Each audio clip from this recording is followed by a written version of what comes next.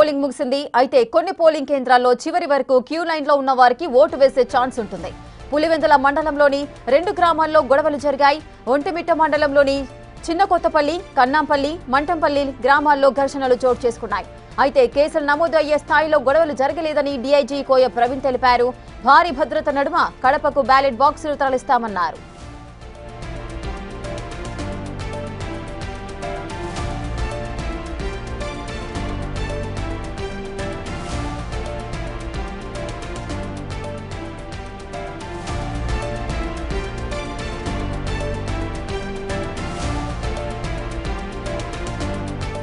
Pulivendula ఒంటిమిట్టలో polling ముగిసింది. కొన్ని polling కేంద్రాల్లో చివరి వరకు క్యూ లైన్ లో ఉన్న వారికి ఓటు వేసే ఛాన్స్ ఉంటుంది. ఇక పులివెందుల మండలంలోని 2 గ్రామాల్లో మాత్రం గొడవలైతే జరిగాయి. ఒంటిమిట్ట మండలంలోని చిన్నకొత్తపల్లి, అదేవిధంగా కన్నాంపల్లి, మంటపంపల్లి గ్రామాల్లో ఘర్షణలైతే చోటు చేసుకున్నాయి. కేసులు నమోదయ్యే స్థాయిలో గొడవలు జరగలేదు కాబట్టి కేసులు నమోదు చేసే అవకాశం లేదు అంటూ కూడా డీఐజీ కోయ ప్రవీణ్ తెలియజేశారు. భారీ భద్రత నడుమ కడపకైతే బ్యాలెట్ బాక్సులు తరలిస్తామని చెప్పారు.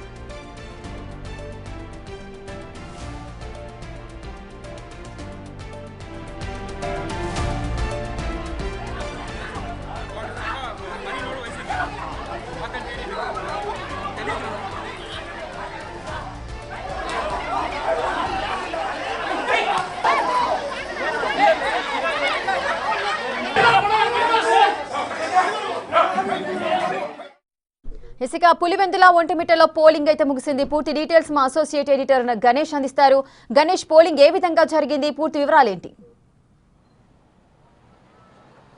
పోలింగ్ అయితే చాలా ఎక్కువ స్థాయిలో దాదాపుగా 70 నుంచి 80% ఒంటిమిట్టలో కావచ్చు, లేకపోతే మనకి పులివెందుల్లో కావచ్చు, 2 చోట్ల కూడా ఊహించని రీతిలో దాదాపుగా 15 ఏళ్ల తర్వాత జరిగిన ఈ ఎన్నికలకు సంబంధించి అంటే ఇప్పటివరకు ఏకగ్రీవంగానే జరుగుతూ వచ్చింది. పులివెందుల్లో కావచ్చు, మిగతా జడ్పీటీసీ సంబంధించింది.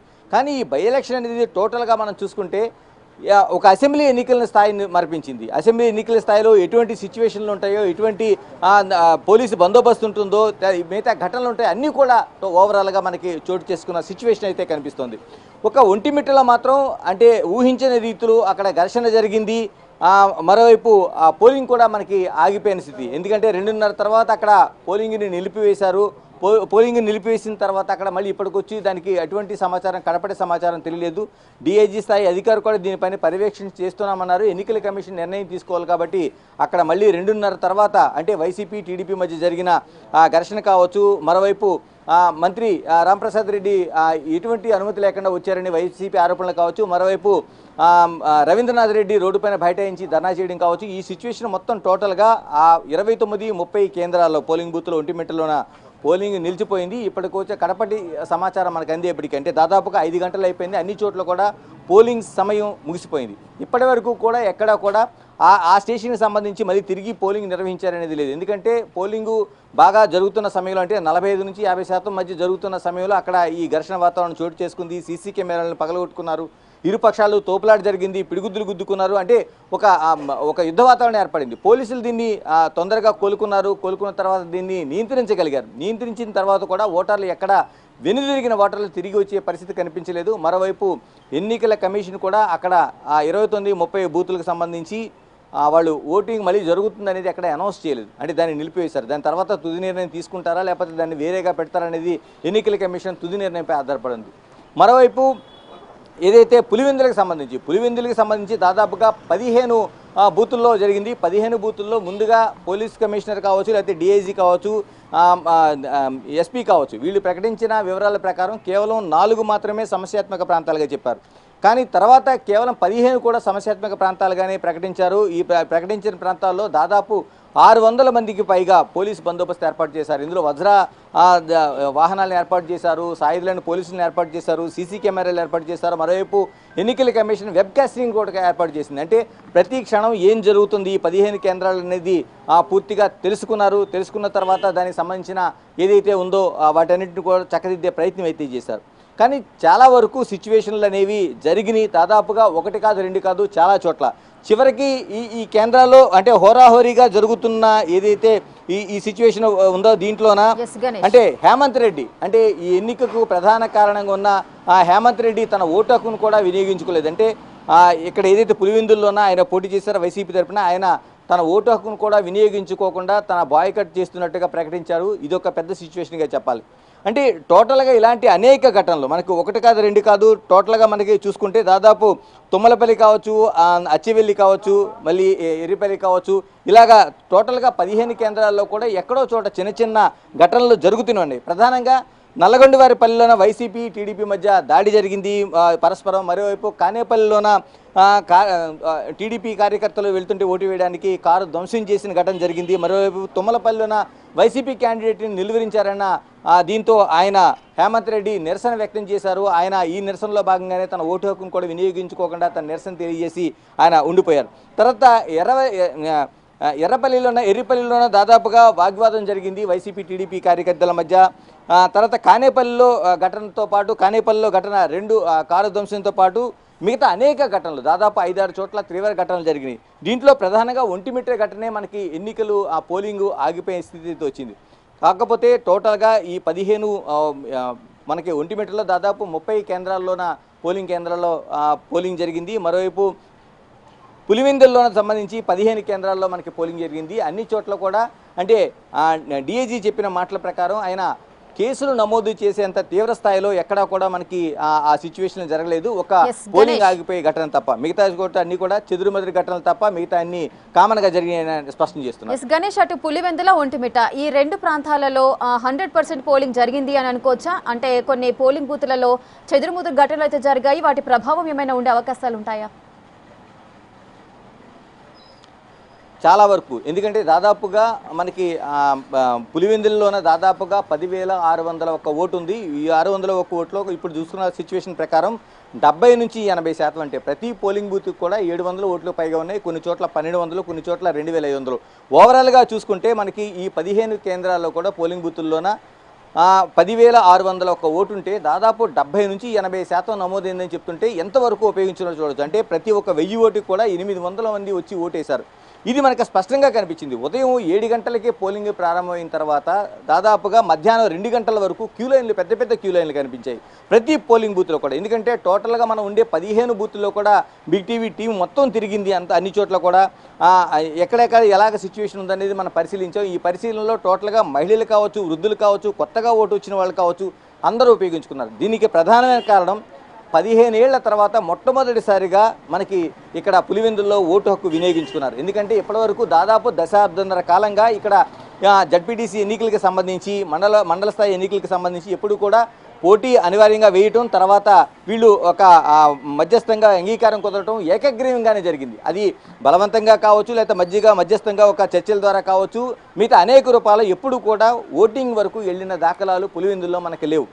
మొట్టమొదటిసారిగా 15 ఏళ్ల తర్వాత వీళ్ళందరికీ ఓటు హక్కు వినియోగించుకునే ఉంది. కాబట్టి చాలామంది మనకి బిగ్ టీవీతో మాట్లాడిన సందర్భంలో కూడా మా ఓటును మేము వినియోగించుకున్నాం, చాలా హ్యాపీగా ఉందనే మాట చెప్పడంతో దాదాపు అంటే అంతకు 15 ఏళ్ల క్రితం ఓటు వచ్చిన వాళ్ళతో పాటు ఇప్పుడు కొత్తగా ఓటు వచ్చిన వాళ్ళు సైతం ఓటు హక్కును వినియోగించుకున్నారు. ఆ ఓటు హక్కు వినియోగించుకున్న ఆనందాన్ని అయితే వ్యక్తం చేశారు. మరోవైపు ఒంటిమిట్టలో కూడా అంతే. ఒంటిమిట్టలో 30 కేంద్రాలు ఉంటే 30 కేంద్రాలు కూడా దాదాపు చిన్న చెదురుమదురు ఘటనలు తప్ప మిగతా చోట్ల 70% వరకు పోలింగ్ జరిగింది. అంటే 70% మంది పోలింగ్ ఇందులో ఓటు హక్కు వినియోగించుకున్నారు. అంటే టోటల్గా మనం చూసుకుంటే దాదాపుగా ఒక 25 వేలు ఓటింగ్ ఉంటే అక్కడ దాదాపుగా ఇక్కడ 10,000 పైజీలకు ఓటింగ్ ఉంటే టోటల్గా అన్ని చోట్ల కూడా 70 నుంచి 80% అంటే దాదాపుగా మనకి సార్వత్రిక ఎన్నికల్లో అంటే అసెంబ్లీ ఎన్నికల్లో సైతం ఇటువంటి ఓటింగ్ అనేది చాలా వరకు జరిగితే చాలా బాగా ఓటర్లు వచ్చి ఓటు హక్కు వినియోగించుకున్నారని చెప్పొచ్చు. కానీ ఇంత సమస్యాత్మక ప్రాంతాల మధ్య, ఒక ఉద్రిక్తల మధ్య తెలుగుదేశం పార్టీ కావచ్చు, వైసీపీ కావచ్చు, తీవ్ర స్థాయిలో ఉద్రిక్తలు ఉన్న సమయంలో ఈ 2 పార్టీలు ఇంత హోరాహోరీగా తలపడుతున్న సమయంలో పోలీసులు దాదాపుగా అన్ని చోట్ల ఒక పద్మవ్యూహంలాగా ఎక్కడికెక్కడ బందోబస్తు ఏర్పాటు చేశారు. కేవలం ఓటు హక్కు ఉన్న వాళ్ళు మాత్రమే అనుమతించారు. ఇలాంటి ఇంత సిచ్యువేషన్లో కూడా కేవలం ఇంతమంది ఓటింగ్ జరిగిందంటే నిజంగానే మనం పెద్ద ఓటింగ్గా దీన్ని భావించాల్సిన అవసరం ఉంది. ఎస్ గణేష్, అదేవిధంగా ఓటింగ్ అయితే ముగిసింది. మరి బ్యాలెట్ బాక్సులు కడపకు తరలించే అవకాశాలు అయితే కనిపిస్తున్నాయి. దానికి సంబంధించి ఏ విధంగా జరగబోతోంది, పోలీసులు ఎటువంటి చర్యలు తీసుకుంటున్నారో అది కూడా చూద్దాము. పులివెందుల, ఒంటిమిట్ట, సో ఏపీలో ఈ 2 ప్రాంతాలైతే చాలా సమస్యాత్మక ప్రాంతాలని చెప్పొచ్చు. 15 సంవత్సరాల తర్వాత మొదటిసారిగా ఓటింగ్ ఇక్కడ జరుగుతుంది అంటూ కూడా గ్రామస్తులు కాస్త సంతోషం అయితే వ్యక్తం చేశారు. పోలింగ్ సజావుగా సాగింది అని చెప్పుకోవచ్చు. కొన్ని పోలింగ్ కేంద్రాల్లో చివరి వరకు క్యూ లైన్లో ఎవరైతే ఉంటారో వారందరికీ కూడా ఓటు వేసే ఛాన్స్ అయితే ఉంటుంది. సో బ్యాలెట్ బాక్సులకు సంబంధించి కడపకు తరలించే అవకాశాలు ఉన్నాయి. మరి భద్రత ఏ విధంగా ఉంది ఒకసారి మా అసోసియేట్ ఇన్పుట్ ఎడిటర్ గణేష్ అడిగి తెలుసుకుందాం. గణేష్, బ్యాలెట్ బాక్సులు కడపకు తరలిస్తున్నారు అంటున్నారు పోలీసులు, మరి ఎటువంటి భద్రతా చర్యలు చేపడుతున్నారు? ఆల్రెడీ మనం చూసాము ఓటింగ్ జరిగే సమయంలోనే గొడవలకు దిగారు. మరి బ్యాలెట్ బాక్సుల విషయంలో ఎటువంటి ఆందోళనలు ఏమైనా రేకెత్తే అవకాశాలు ఉంటాయా?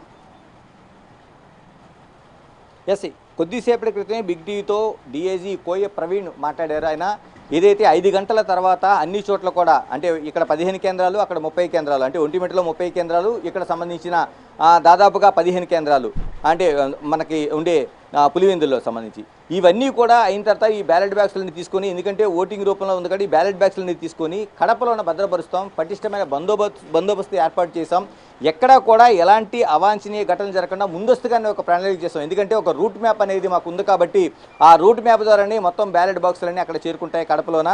ఎల్లుండి దీనికి సంబంధించిన కౌంటింగ్ ప్రారంభమవుతుందని ఆయన ధీమాగా వ్యక్తం చేశారు. ఎందుకంటే అన్ని చోట్ల కూడా వెబ్ కాస్టింగ్ ఉంది, సీసీ కెమెరాలు ఉన్నాయి, ఎక్కడ కూడా ఏదైతే బ్యాలెట్ బాక్సులు ఈ 15 కేంద్రాల్లో ఉన్నాయో 15 కేంద్రాల నుంచి ఉన్న తర్వాత ఈ టోటల్గా వీటినంతా తీసుకొని, అంటే మళ్ళీ కడపకు చేరే వరకు కూడా పటిష్టమైన భద్రత ఉంటుంది. మరోవైపు ఇప్పటి వరకు జరిగిన టోటల్ ఘటనలు దాదాపు 5-6 ఘటనలు జరిగితే ఎక్కడ కూడా పోలీసులు కేసులు నమోదు చేయాల్సినంత తీవ్ర స్థాయిలో ఎక్కడా లేదనేది ఆయన స్పష్టం చేశారు. అంటే వాగ్వాదాలు కావచ్చు, చెదురుమదురు ఘటనలు కావచ్చు, చెప్తున్నారు కదా, ఒంటిమిట్టలో ఉండే కేవలం అక్కడ ఎన్నికలు ఆగిపోవడం తప్ప మినహా మిగతా చోట్ల ఎక్కడ పోలీసులు కేసులు నమోదు చేసిన అవకాశం లేకుండా పోయిందనేది డీఐజీ మనకి కోయ ప్రవీణ్ చెప్పిన మాటల ప్రకారం స్పష్టమవుతుంది.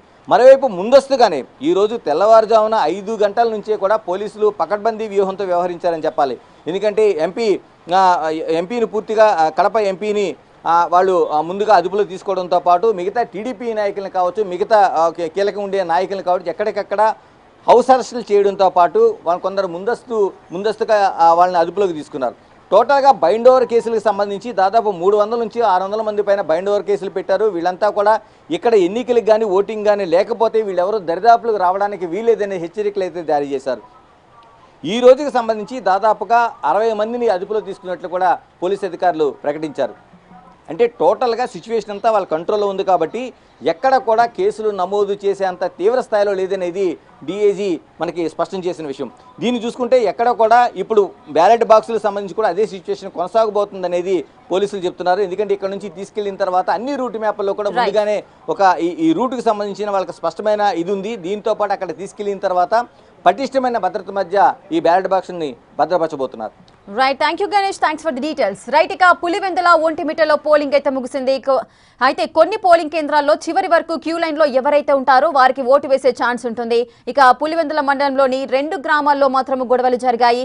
అదేవిధంగా పులివెందులలో ఓటింగ్ సరళి ఏ విధంగా ఉంది, ఎంత పర్సెంటేజ్ ఓటింగ్ నమోదైంది, బ్యాలెట్ బాక్సుల విషయంలో భద్రత ఏ విధంగా చేపడుతున్నారు పోలీసులు, ఈ విషయాలన్నిటి గురించి కూడా డీటెయిల్స్ తెలియజేయడానికి మా ప్రతినిధి శివ అందుబాటులో ఉన్నారు. శివ, పులివెందులలో ఓటింగ్ ప్రక్రియ ఏ విధంగా జరిగింది, అధికారులు ఏమంటున్నారు? రేఖ, పులివెందుల మండలానికి సంబంధించి కూడా జెడ్పీటీసీ ఎన్నిక మాత్రం పొద్దుటి నుంచి కాస్త ఉత్కంఠ రేపింది. అయినప్పటికీ 1-2 ఘటనల మినహా ప్రశాంతంగా పోలింగ్ ముగిసిందని చెప్పవచ్చు. ఎందుకంటే ఈరోజు కేవలం కనంపల్లె, తుమ్మలపల్లె గ్రామాల్లో మాత్రం కాస్త ఉద్రిక్తత నెలకొంది. అయితే వెంటనే పోలీసులు చేరుకొని వాటిని వాటికి పరిష్కరించారు. అయితే దీనికి సంబంధించి మాత్రం పులివెందుల డిఎస్పీ సైతం అక్కడ ప్రతిరోజు వీటి దగ్గరుండి పర్యవేక్షించారు. డిఐజీ కోయ ప్రవీణ్ సైతం ప్రతి పోలింగ్ కేంద్రాన్ని పరిశీలించారు. సో ఈ నేపథ్యంలో ఇప్పటికే 5 గంటల తర్వాత పోలింగ్ ప్రక్రియ ముగిసింది. ఎవరైతే క్యూ లైన్లో ఉన్నారో వారు మాత్రం ఓటింగ్ వినియోగించిన అవకాశం ఉంటుంది. అయితే ముగిసిన నేపథ్యంలో మాత్రం ఇప్పటికి దాదాపు ఉదయం నుంచి కూడా టోటల్ 70% పోలింగ్ అయినట్టు తెలుస్తుంది. అయితే మాత్రం రేపు కేవలం ఎల్లుండి కౌంటింగ్ ప్రక్రియ ఉంది. అయితే ఈ నేపథ్యంలో మాత్రం ఉదయం నుంచి కూడా కొన్ని ఘటనలు చోటు చేసుకున్నాయి. ఎవరైతే ఉన్నారో కడప ఎంపీ అవినాష్ రెడ్డిని ఉదయం హౌస్ అరెస్ట్ చేశారు. సో ఈ నేపథ్యంలోనే కాస్త ఉత్కంఠ రేపింది. ఆయన హౌస్ అరెస్ట్ చేసిన అనంతరం మాత్రం అక్కడి నుంచి అదుపులో తీసుకొని మరో ప్రాంతానికి తరలించారు. అయితే ఎర్రగుంట ప్రాంతం తరలించిన నేపథ్యంలో మాత్రం కొందరు వైఎస్ఆర్ కాంగ్రెస్ పార్టీ చెందిన కార్యకర్తలు మాత్రం ఆ కాన్వాయ్ అడ్డుకొని అవినాష్ రెడ్డి విడిపించుకున్నారు. సో అక్కడ కూడా కాస్త ఉద్రిక్త వాతావరణం నెలకొంది. ఎర్రగుంట్ల 4 రోడ్ల కూడల్లో మాత్రం వాళ్ళంతా ధర్నా చేశారు. తెలుగుదేశం పార్టీ డౌన్ నిదానాలు చేశారు. ఎన్నికల సంఘానికి పోలీసులకు వ్యతిరేక నినాదాలు చేశారు. సో కేవలం ఏకపక్షంగా ఎన్నిక ముగిసింది.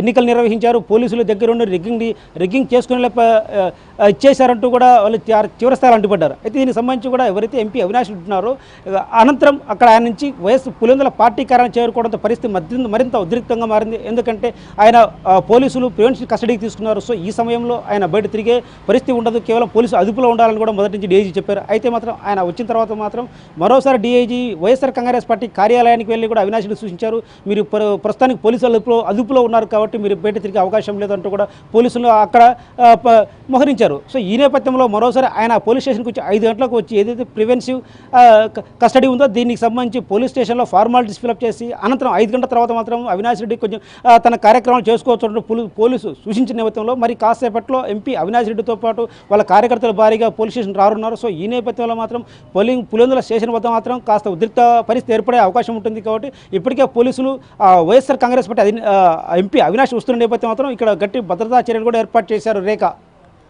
శివ, అయితే గెలుపు అవకాశాలకు సంబంధించి పీపుల్స్ పల్స్ ఏ విధంగా ఉంది అక్కడ? రేఖ ఏదైతే ఉందో కూటమి ప్రభుత్వం ఖచ్చితంగా గత 15 రోజులుగా ఇదే ప్రచారాన్ని తీసుకున్నారు. గత 14 నెలల కాలంలో పులివెందులను అభివృద్ధి చేస్తాం, ఇకపై కూడా అభివృద్ధి చేస్తాం. ఏదైతే ఉందో పులివెందుల మండలానికి సంబంధించి ఎస్పెషల్లీ ఎక్కడ ఓటింగ్ జరుగుతుందో ఈ మండలం సంబంధించి కూడా ఎక్కడెక్కడ ప్రజలకు ఉన్న సమస్యలు ఏంటి వాటిని గుర్తించారు. ముఖ్యంగా ఎక్కడ ప్రధానంగా ఓటు ఉన్నటువంటి నల్లపరెడ్డిపల్లె, ఎర్రబల్లె వాటికి సంబంధించి కూడా సమస్యలు తెలుసుకున్నారు. అక్కడ ప్రధానంగా దాదాపు 30 క్యూసెక్లు ఎర్రబల్లె చెరువుకు నీరు ఇస్తామంటూ కూడా హామీ ఇచ్చారు. సో ఈ నేపథ్యంలో ముఖ్యమంత్రి చంద్రబాబు చేత కూడా దాన్ని జీవో జారీ చేయించారు. కేవలం ఇప్పుడు ఆ ఎన్నికల్లో హామీ ఇచ్చాం, ఖచ్చితంగా 100 రోజుల్లో అమలు చేసి తీరుతామంటూ కూడా ఇప్పటికే పునరుద్ధరించారు. సో ఈ నేపథ్యంలో ఖచ్చితంగా కూటమి గెలిచే అవకాశం ఉండటం కూడా ఓటర్లు చెప్పే పరిస్థితి ఏర్పడింది.